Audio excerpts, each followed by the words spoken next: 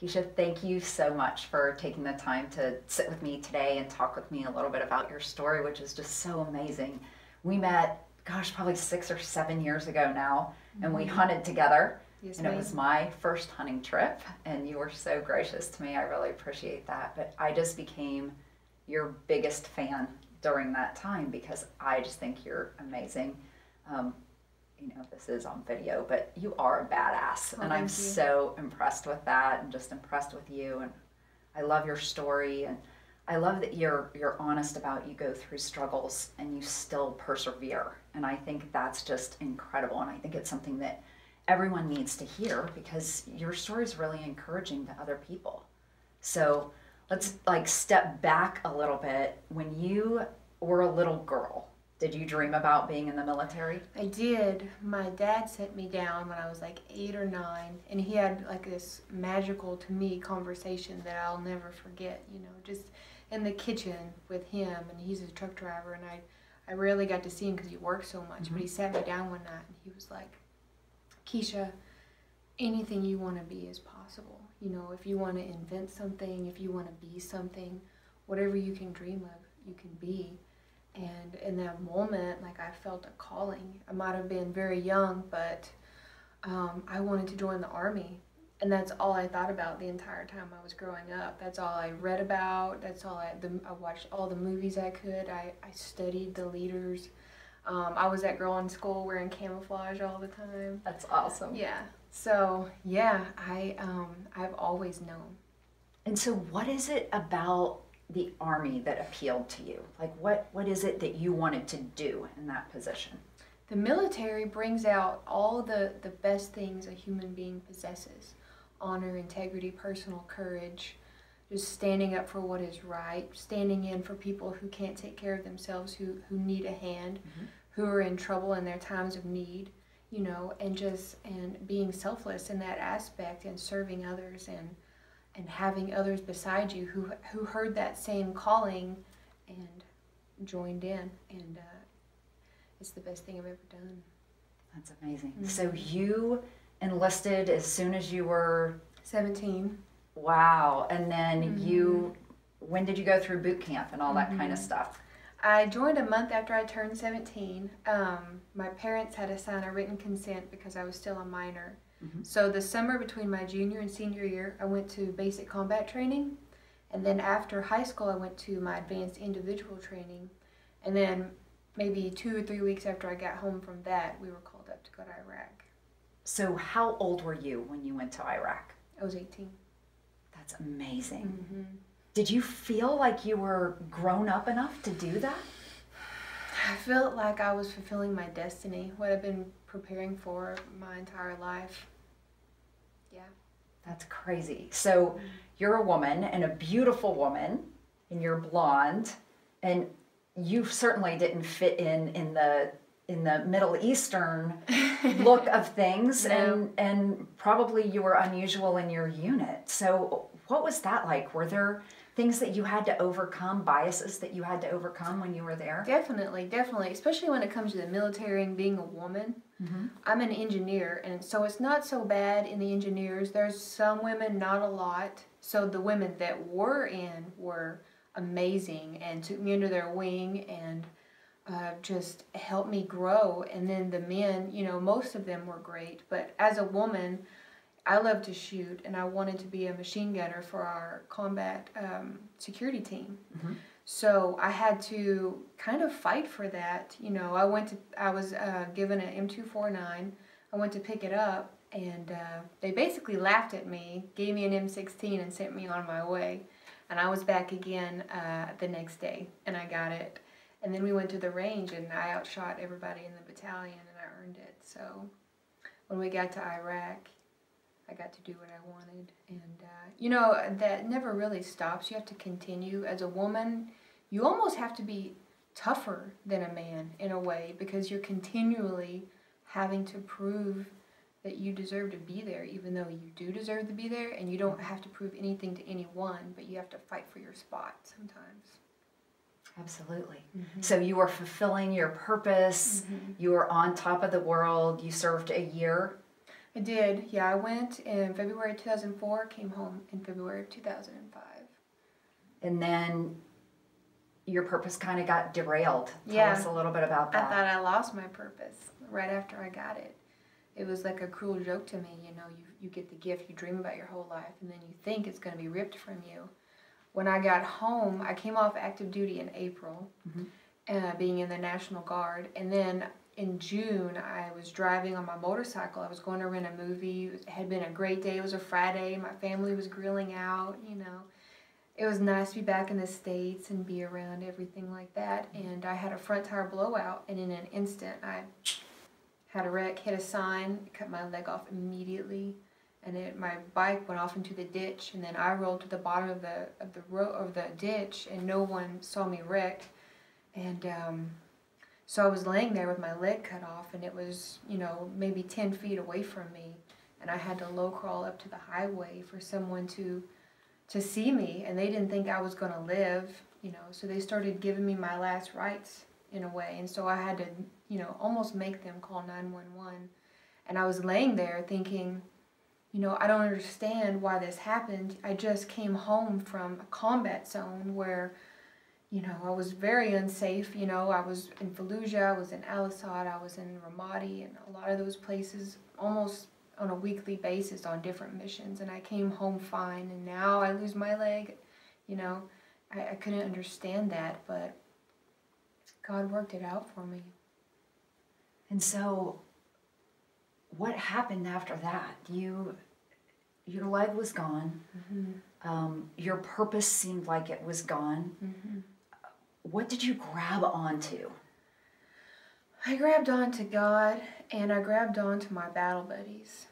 When I went to the hospital before I even woke up from surgery, they were all there. My mom had called them, and they were pacing the hallways. They were on the phone with my command, demanding that I be able to stay in because they knew that's what I was going to want, you know.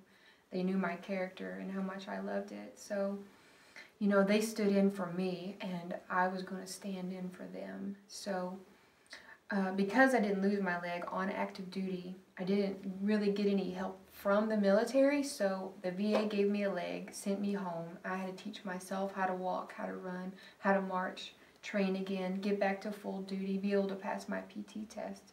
And I had to go through a medical board, and I received a fit for duty. I became the first combatives instructor that was an amputee, and I redeployed because I weren't going to let my battle buddies go without me. Yeah, and when was that? How long after your accident did you redeploy?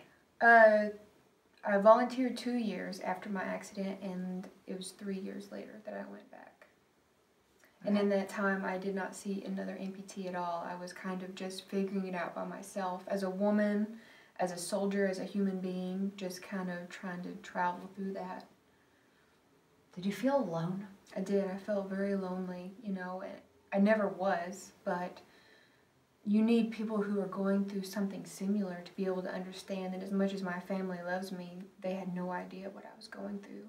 I went through a couple of years where I wouldn't wear shorts because I was embarrassed of it, you know, and now that's almost all I wear, you know. It's just a grieving process. You lose a part of your body. It's almost like losing a family member, a very close family member.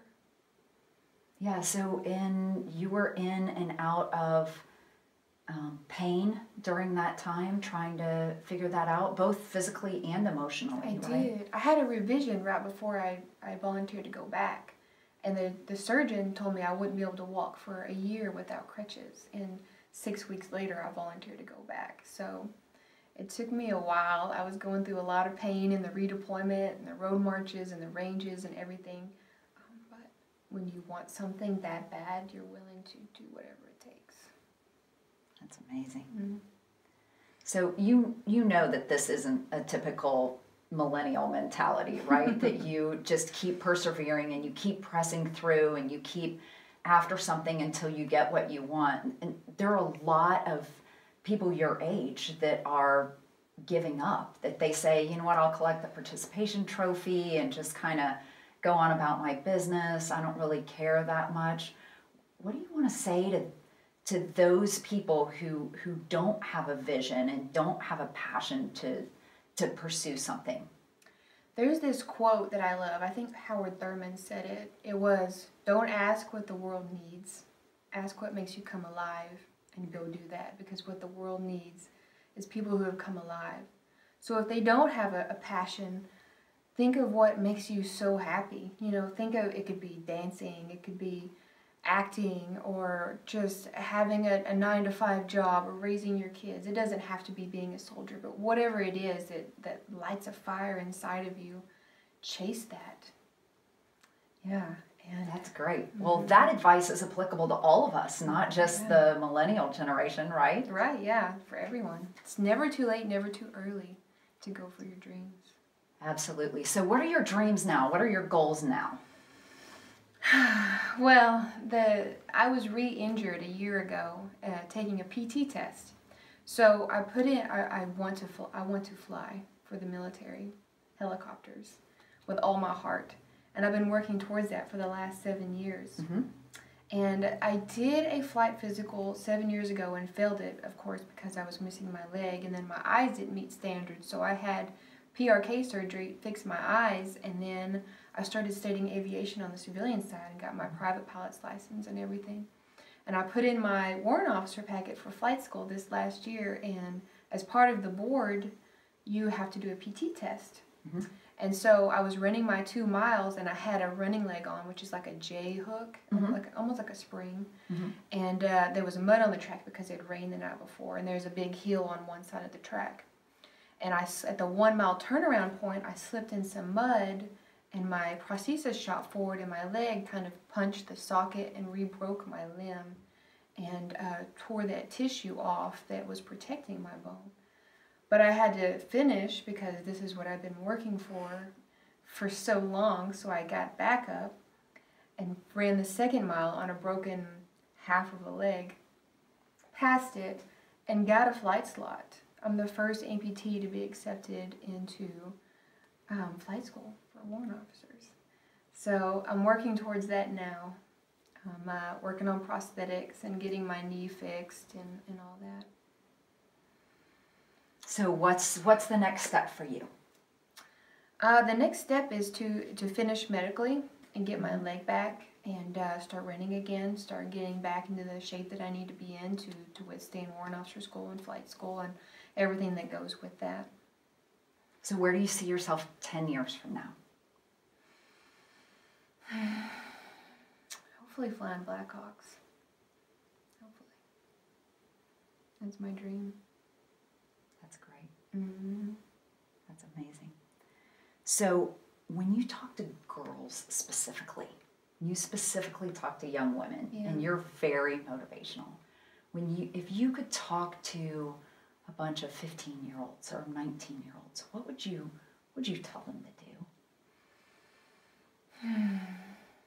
do? To always believe in yourself, you know, because you're going to find out people aren't always going to believe in you. When I was 15 at my school, no one really thought I was going to go very far. I was kind of written off. I tried to talk to the career counselor about college. I wanted to go to West Point, and I was basically blown off and written off. And I've gone so much farther than anybody expected, and I know that no matter what your situation is, you know, if you grew up in poverty, if you've been through an abusive, you know, parents or relationship or you know, someone with power and control over you, you can keep going and believe in yourself. It doesn't matter what anybody else thinks. Find out who you are, your true self. Stand in your own authenticity. Surround yourself with people who believe in you and can see your vision and go for that. Yeah. Because I like to think about, I want to be who I needed when I was young, you know, and that is what I would need, someone who believed in me no matter what, and could see that promise in me, and now I see it, so they should look for that light in themselves. I love that. Is there anything that I left off that you want to say? No, just don't let your fire burn out. Keep going. You may make a lot of people angry. You know, when you rise up above the status quo, there's going to be people come out of the woodworks trying to stop you. And you just got to find that thing in you that won't stop. Keep going. Well, you found it. And if anybody gets in your way, you'll just shoot them down, right? Yeah, maybe. Now, okay, so just so everyone knows, what's the contest that you won a couple of weeks ago? Oh, well, we had a 3-gun shoot in San Antonio about 2-3 weeks ago. And I ended up winning, which was amazing because I was shooting against a lot of, combat trained guys that are in combat MOSs and train with weapons every day. So it was pretty cool to make them lose to a girl. And that's a pistol, a rifle, and a shotgun. Yes, ma'am. And what's your favorite gun? My favorite gun is probably the 50 cal. Yeah. Should have known you wouldn't have picked something little. Yeah, something will do a little damage. That's awesome. Thank you so much. Yeah, thank you.